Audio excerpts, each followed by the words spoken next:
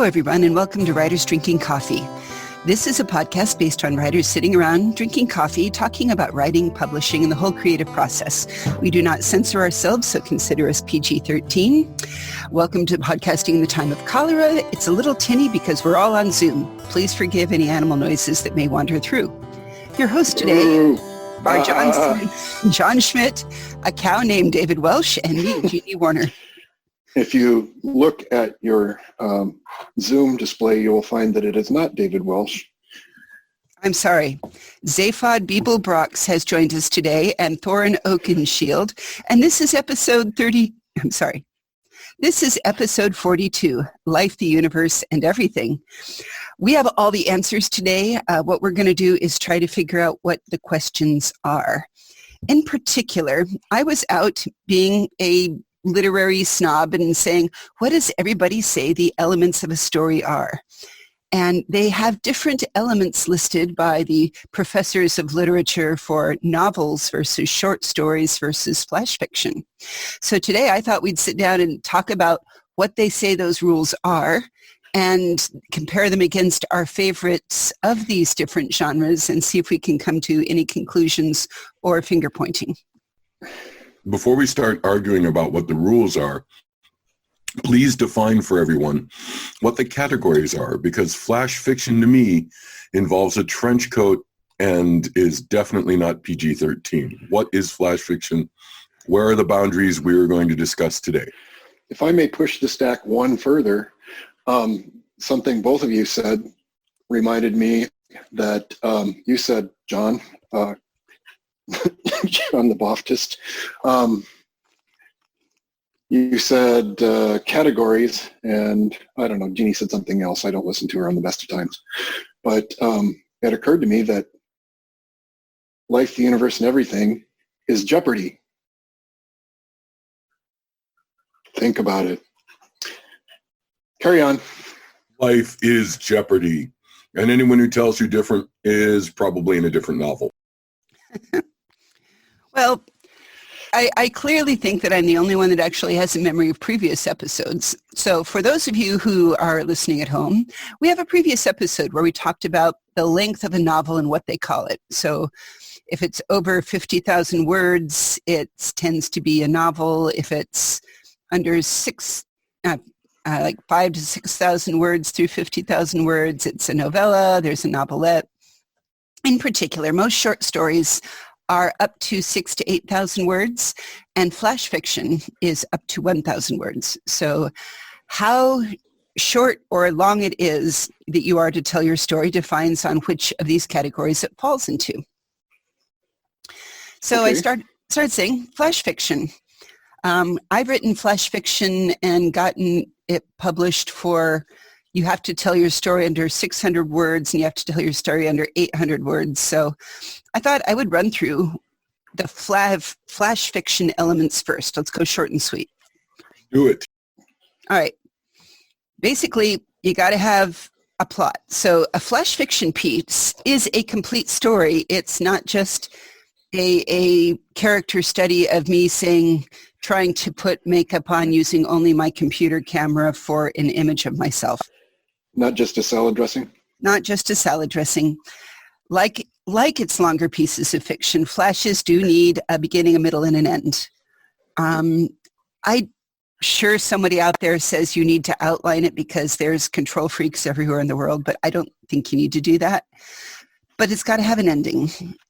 So you've written a scene. It could be part of a longer story or part of a novel. It's not technically flash fiction. It's go finish your novel. Come on, people.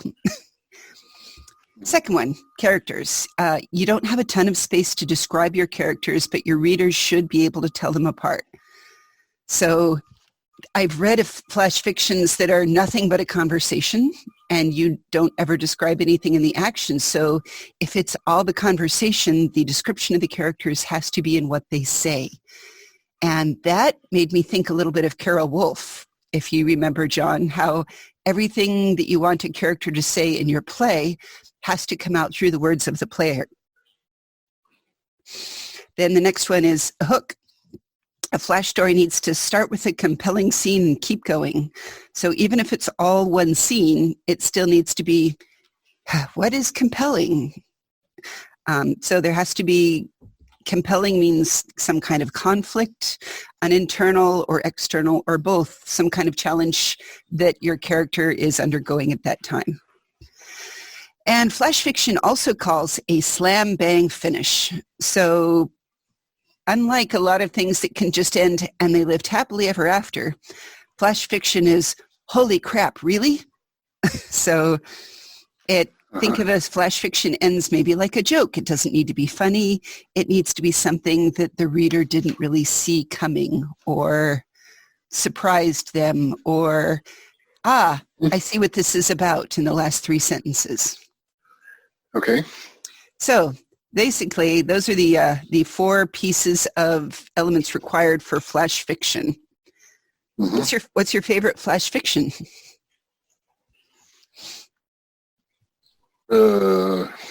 My favorite flash fiction is actually a series of drabbles published, and a drabble, of course, is an exactly 100-word story, published at the back of a Miles Vorkosigan novel by Louis McMaster Bujold. And they meet all of those rules quite nicely.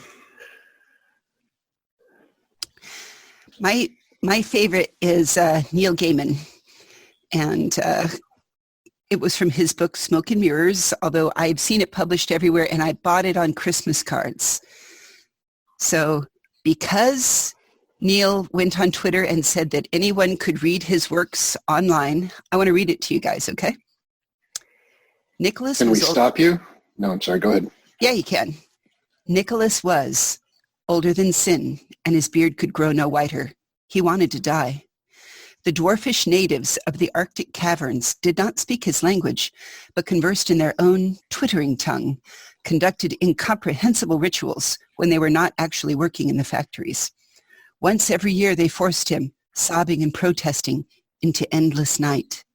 During the journey, he would stand near every child in the world, leave one of the dwarves' invisible gifts by its bedside. The children slept frozen in time. He envied Prometheus and Loki, Sisyphus and Judas. His punishment was harsher. Ho, ho, ho. That's it. That's flash fiction. Yep. The 1,000-word limit seems kind of generous to me for flash fiction, but that's not the discussion we're having. So No, I'm just talking about what I have seen on Duotrope and other places that say, hey, flash fiction, limit this many words. Right. I mean, yeah, it's an arbitrary limit, admittedly, but 1,000 is getting into short story territory, in my opinion. Let's not argue the definition in this podcast, please. I don't care, because here it is. Any human being out there that wants to be an editor of a short story anthology is going to decide for themselves what their flash fiction limits are. Mm-hmm. But that one was 102 words, so it didn't even fit the 100, but I'm certainly under 500. Oh, you could trim the fat out of that and make it 100 words. Yeah, ho, click. No. Those wouldn't be the words to trim, but no, and it's got to be ho, ho, ho, because people have to understand that this is Santa Claus. Yeah. If they somehow missed it. Yeah. No, I think if they missed it, then I don't know. They have no business reading that story. I don't know. Yeah. So is there a plot? Let's stop and apply these rules. Was there a plot? There is definitely a plot, although it is to a degree, a meta plot, an eternal plot, which is part of the strength of the story. Yes. Yeah. Okay. We didn't really describe what Nicholas looked like, what he was wearing, what he smelled like, how tall he was. This is the advantage of using, we talked in terms of fanfic, this uses somebody else's idea, the iconic figure of Santa Claus. Now I want the next person, somebody out there, to write to us about the Easter Bunny. All right, so that's character. I disagree that there's a plot in the traditional sense. I think there's a plot because it described a plot. It described definitely a plot. Something that happens every year and recurring, and the fact that it used a plot from the mind of the readers doesn't mean it's not a plot. What's your definition of a plot then? We'll come back to that. You can't just assert that it is without, never mind. Go ahead. What character, plot, what else? A hook, a compelling scene, and keep going. So the internal or external challenge is, to me, a matter of saying, all right, he's being punished. He is trapped. He is both internally and externally challenged. He doesn't want to be it, and yet he has to do it. And they talk about forcing him into the sleigh. That's action. Yeah. All action can be a plot. Yeah. Well, I think the hook in this case is it's clear that it's a sort of a riddle, and you're figuring out what that is. So, about halfway through, you tumble to the fact that it's Santa Claus, and by then you're halfway through a 100-word story. So the hook works brilliantly. So yeah. That's not an issue for me. And the slam bang finish. I love ho, ho, ho. And each of those is on a different line. Ho, new line, ho. Yeah. New line space, ho. Yep. It creates a visual as well of saying this is not the ho, ho, ho of Santa right. Claus, or even the ho, ho, ho of Death Playing Santa Claus from The Hogfather. It's so it's reluctant and sad and despairing. Exactly so. So your favorite flash fiction, Dave? Does it hit? I can't really, when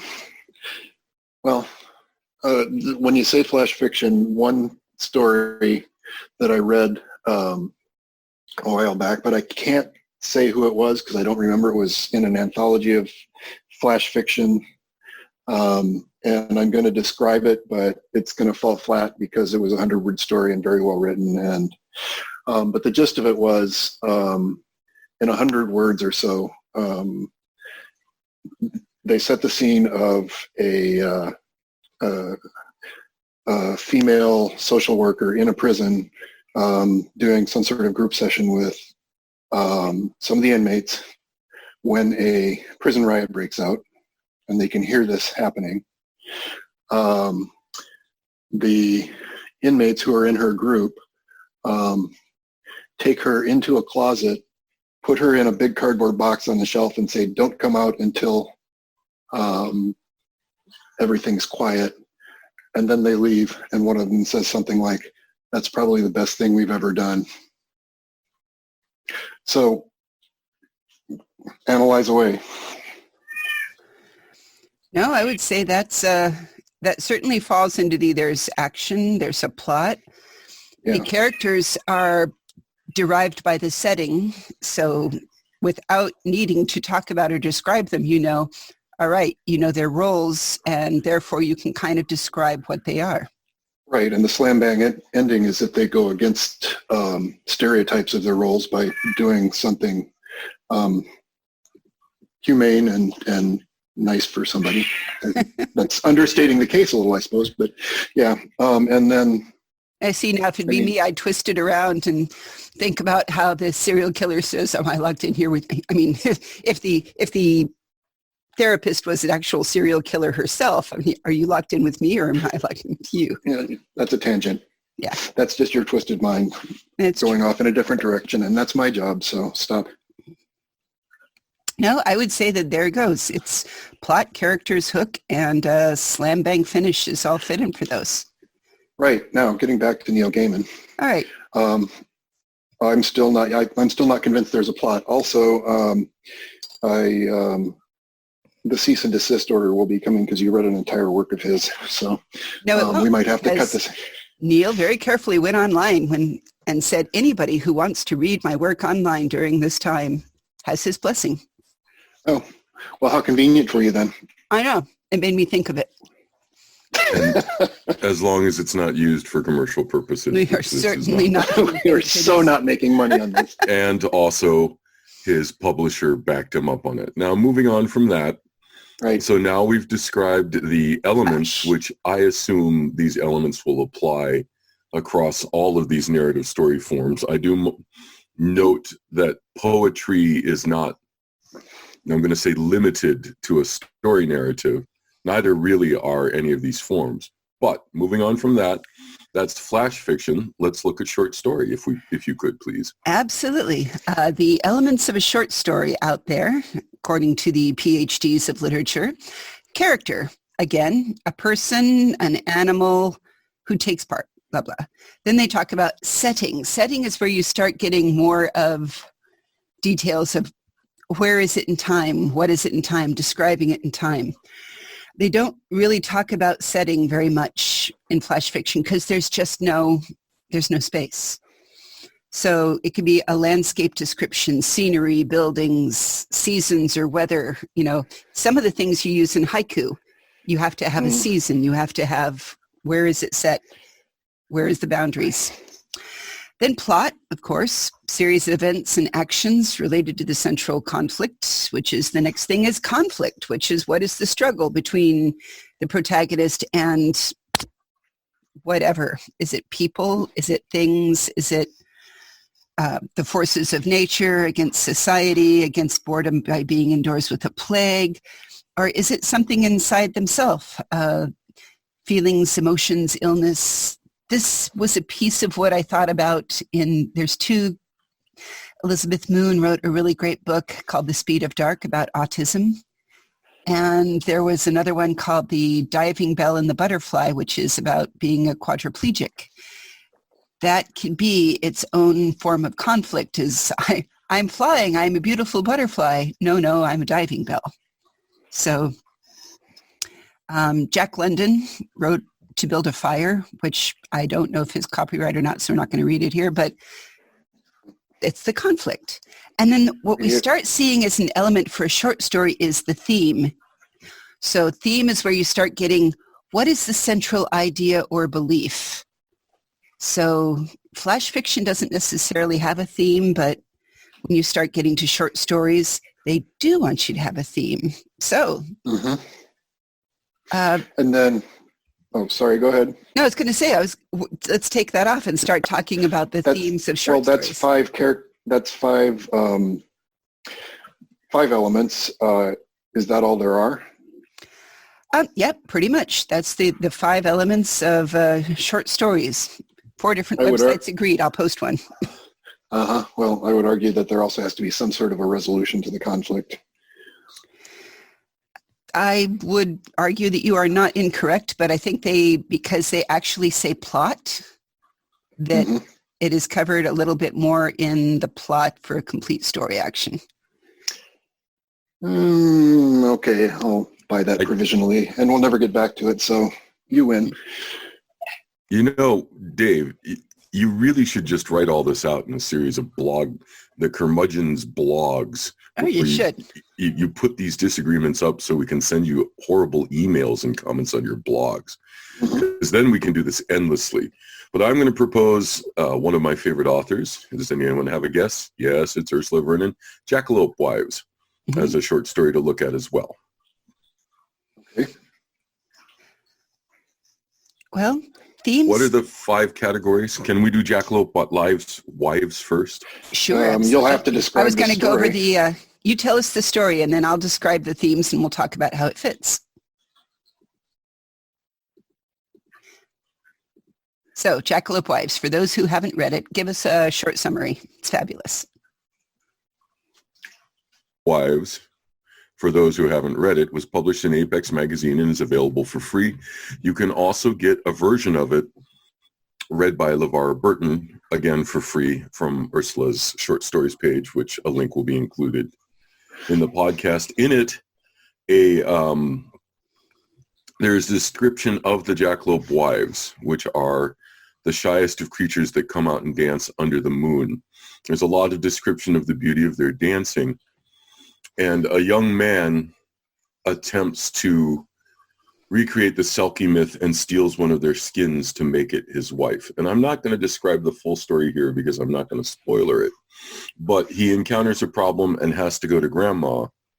And Grandma fixes the problem. And then there is a final reveal. Is that enough effort for us to apply the rules to, or do we need more description? I think it Well, absolutely.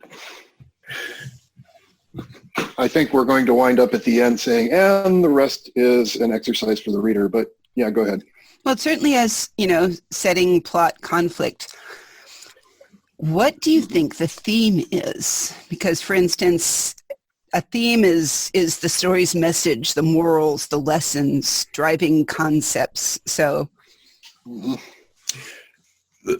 So there are themes, there are motifs, there are leitmotifs, there are scholars who spend all their time arguing about this, but the theme here might be best encapsulated in Grandma fixes things and you don't know the past history of anyone. Grandma Harkin had settled in for the evening with a shawl on her shoulders and a cat on her lap when someone started hammering on the door. Grandma, Grandma, come quick, open the door. Oh, God, Grandma, you have to help me. She knew that voice. It was her own grandson, her daughter Eva's boy, pretty and useless and charming when he set out to be. She dumped the cat off her lap and stomped to the door. What trouble had the young fool gotten himself into? And the theme is family and the knowledge of the old, perhaps. The theme is don't mess with wild things too much, perhaps. So possible multiple themes. I don't have a problem with saying, yeah, there's a theme. And I would point out that there are implied themes in the flash fiction we described too. There can be, but it's sort of, I think I thought of more of like Aesop makes it easy because, don't count your chickens before they're hatched, or... Right. The theme is, the theme of a parable it's... The moral, the lesson. Yep. Lesson, yes. Right. Yeah. So, I wrote... All right, so let's... I was going to say, I wrote a bunch of stories a bunch, right? I think 4 for the Young Explorers Adventure Guides. And each one of those had the same characters, and each one of those I borrowed different plot ideas from old adventure stories that were all about boys and boys in the 18th century, and then turned it around and made it a girl in space. But the theme of it in a lot of way through is that kids can do so much more than people think they can. Kids can rise to responsibility. Kids can learn faster. Kids can... there are children in the world, we in America said we don't want them mining. We don't want them endangered by the heavy industrial complex, which is good. But we also turn them into, we're going to wrap them in bubble until they turn 18 and then suddenly expect them to be adults. And that doesn't work either. So my theme is, my recurring theme is kids can do so much. Look at kids in drum corps. 13-year-olds can stand on the Carnegie Hall stage and play something note perfect and confidently. And any kid can do that. So. All right. So this is probably as good a point as any to, in any discussion of this type, you have to bring up Joseph Campbell. Bring up Joseph Campbell? And I just brought him up. You can put him in the liner notes. That's all I'm saying. Them's the rules. I don't make the rules. The rules is the rules. But he wrote some of the definitive work on story and plot and story types and all that kind of thing. So there you are. Yeah, theme is the trickiest one, I think, to pin down with the definition. That the hard part is making sure that it speaks to everybody innately. It's not the plot, it's not the conflict, it's not the concept. So theme is tricky. We could have like a whole thing talking about theme. We could, and we should sometime, but let's take it from the top. Character. Jackalope Wives, character, what do we got? We've got Grandma. She's a character. She's originally based on a stereotype, but then turns out not to be a stereotype. Am I correct? It's difficult. I have to be disagreeable with you because that's the mode you've completely flipped into. Grandma is Grandma. She's just, you could call her a stereotype because she or wise women like her show up a lot in Ursula Vernon's stories. But not just Ursula Vernon. The Baba Yaga can be kind. The Baba Yaga can be cruel. But The Baba Yaga is bitchy and fed up with your shit. yes, there you go. Okay. So definitely character. There's plot. There's certainly plot and setting. Setting, I always got a very old Westy feeling to it. Yeah, then it's specifically Southwest, where you could have coyote and rabbit and jackalopes, and in this particular story, the a snake equivalent shows up, although I will not name them here. Yeah. Yeah. Okay, so that's setting. So there's definitely plot. Mm-hmm. Conflict. There are multiple conflicts. The conflict, an almost thematic conflict, the conflict between civilization and nature, a conflict between old ways and new ways, the conflict within family where you love them but you want to brain them with a poker for the stupid thing they've done, and the conflict of your past versus your commitment versus your present. You know, the eternal conflict of I love you, you stupid git. Oh, it checks all the boxes. It really does. Well done, Ursula. Mm-hmm. All right. Let me move on then and say, when we are talking about novels, what are the elements of a novel that are even bigger? Well, this was looking up at somebody's homework. Again, I went to the PhDs of what are they teaching in the Ivy-walled universities on the topic. So their first one was talking about narrator, the mind from which all aspects of the story are told. Uh-huh. And interestingly, there can be multiple narrators in some novels. And for some people, I was reading and finding there is violent disagreement on this topic. There's some people that say you have to be able to give other perspectives. And then like, well, do you really? Because if all of this is my perceptions, like, let's think of, I was starting to think of who's stuck faithfully to one, and that pretty much was Ready Player One. It was all about him, right? So the narrator of the story. Yeah. Well, anything written exclusively in first person arguably only has one narrator, right? Exactly. But so is it easier then to slip into challenge in third person? Because if third person, omniscient, limited, is third person making you enough distance that you feel confident you can juggle two narrators? You know, I don't know, let's move on. Robert Heinlein's Number of the Beast I read somewhere in high school. And each chapter had a different narrator. So, yeah. Number 2, interestingly, they moved it up in importance. They talk about theme as number 2, and the way it was described as one or more direct or indirect statements about the human condition. So they are very specific about human condition as evidence through the work as a whole. Mm-hmm.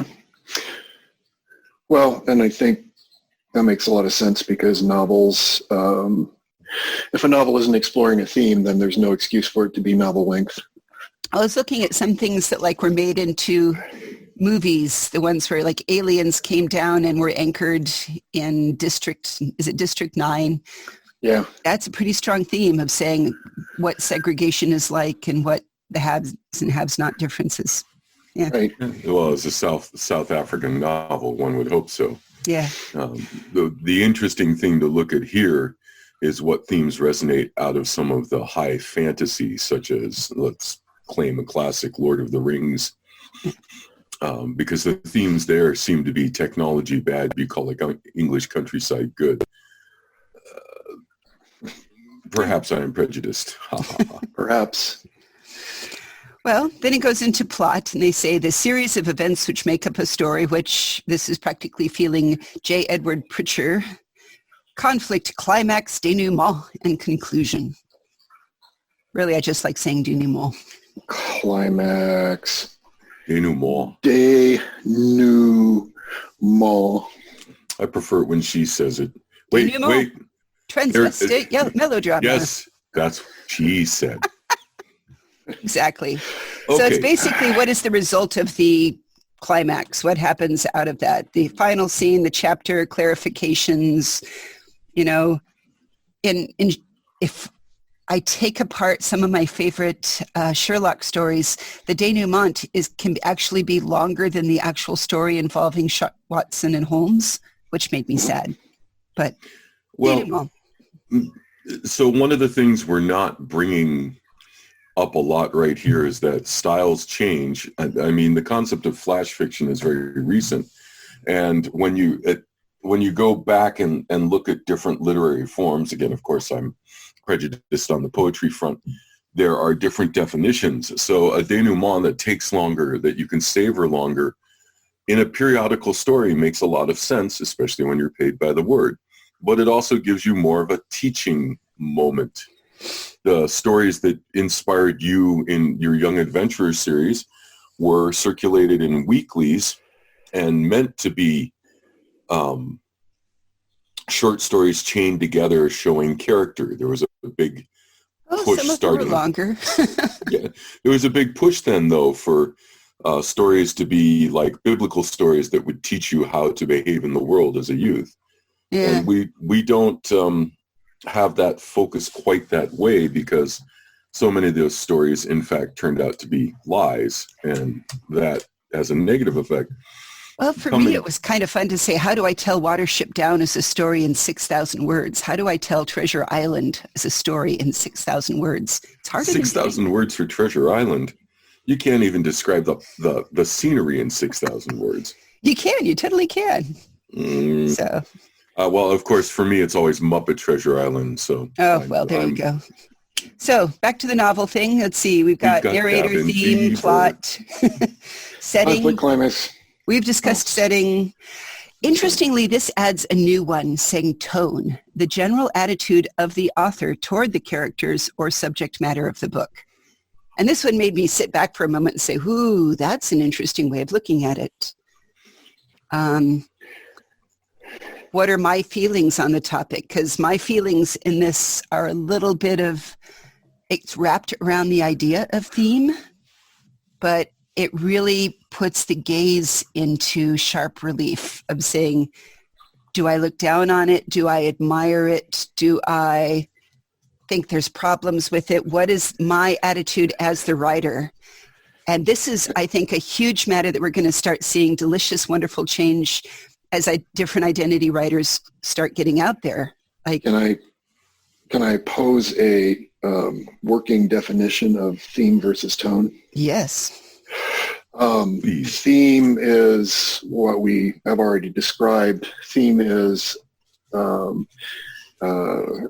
lesson or a relation of the plot to some general universal truths. Tone is your or anyone's emotional reaction to that. And I think it would be interesting to chat about how tone affects gaze.